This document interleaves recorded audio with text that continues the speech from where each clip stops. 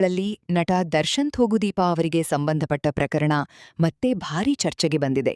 ಅದರ ಪ್ರಮುಖ ಕಾರಣ ಸುಪ್ರೀಂ ಕೋರ್ಟ್ ನೀಡಿರುವ ಮಹತ್ವದ ತೀರ್ಪು. ಒಂದು ಕಾಲದಲ್ಲಿ ಐಷಾರಾಮಿ ಜೀವನ ನಡೆಸುತ್ತಿದ್ದ ದರ್ಶನ್ ಇಂದು ಜೈಲಿನೊಳಗೆ ಕಠಿಣ ಪರಿಸ್ಥಿತಿಯನ್ನು ಎದುರಿಸುತ್ತಿರುವುದು ಹಲವರಿಗೂ ಶಾಕ್ ನೀಡುತ್ತಿದೆ.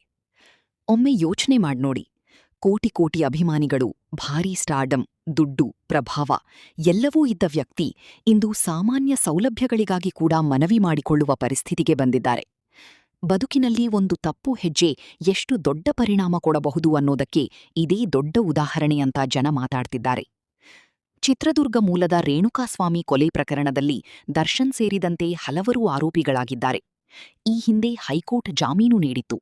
ಆದರೆ ಜೈಲಿನಲ್ಲಿ ಅವರಿಗೆ ಸಿಕ್ತಿದ್ದ ವಿಐಪಿ ಸೌಲಭ್ಯಗಳ ವಿಚಾರ ಭಾರೀ ವಿವಾದಕ್ಕೆ ಕಾರಣವಾಗಿತ್ತು. ನಂತರ ರಾಜ್ಯ ಸರ್ಕಾರ ಸುಪ್ರೀಂ ಕೋರ್ಟ್ ಮೊರೆ ಹೋದಾಗ ಸುಪ್ರೀಂ ಕೋರ್ಟ್ ಕಠಿಣವಾಗಿ ಪ್ರತಿಕ್ರಿಯೆ ನೀಡಿ ಜಾಮೀನನ್ನೇ ರದ್ದು ಮಾಡಿತು. ಅದಾದ ಬಳಿಕ ದರ್ಶನ್ ಪರ ವಕೀಲರು ಮತ್ತೆ ಜಾಮೀನು ಅರ್ಜಿ ಸಲ್ಲಿಸಿದರು. ಪ್ರಕರಣದ ವಿಚಾರಣೆ ತುಂಬಾ ನಿಧಾನವಾಗಿ ನಡೆಯುತ್ತಿದೆ, ಜೈಲಿನಲ್ಲಿ ಸರಿಯಾದ ಸೌಲಭ್ಯಗಳು ಸಿಕ್ತಿಲ್ಲ ಎಂದು ವಾದ ಮಂಡಿಸಿದರು. ಆದರೆ ಸರ್ಕಾರದ ಪರ ವಕೀಲರು ಜೈಲು ಮ್ಯಾನ್ಯುವಲ್ ಪ್ರಕಾರ ಎಲ್ಲ ಸೌಲಭ್ಯಗಳನ್ನು ನೀಡಲಾಗುತ್ತಿದೆ ಎಂದು ಕೋರ್ಟಿಗೆ ವಿವರಿಸಿದರು. ಇದೀಗ ಸುಪ್ರೀಂ ಕೋರ್ಟ್ ಮಹತ್ವದ ಸೂಚನೆ ನೀಡಿದೆ. ಪ್ರಮುಖ ಸಾಕ್ಷಿಗಳ ವಿಚಾರಣೆಯನ್ನು 1 ವರ್ಷದೊಳಗೆ ಪೂರ್ಣಗೊಳಿಸಬೇಕು ಎಂದು ಹೇಳಿದೆ. ಅಷ್ಟರೊಳಗೆ ದರ್ಶನ್ಗೆ ಜಾಮೀನು ಸಿಗುವ ಸಾಧ್ಯತೆ ಬಹಳ ಕಡಿಮೆ ಎಂದು ಹೇಳಲಾಗುತ್ತಿದೆ. ಅಂದರೆ ಮುಂದಿನ ವರ್ಷ ಮೇ ತಿಂಗಳವರೆಗೆ ಅವರು ಜೈಲಿನಲ್ಲೇ ಇರಬೇಕಾದ ಪರಿಸ್ಥಿತಿ ಎದುರಾಗಬಹುದು. ಈ ಘಟನೆ ಈಗ ಹಲವರಿಗೆ ಒಂದು ಪಾಠದಂತೆ ಕಾಣುತ್ತಿದೆ.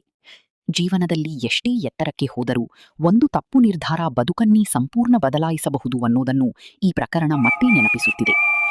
ಈ ಬಗ್ಗೆ ನಿಮ್ಮ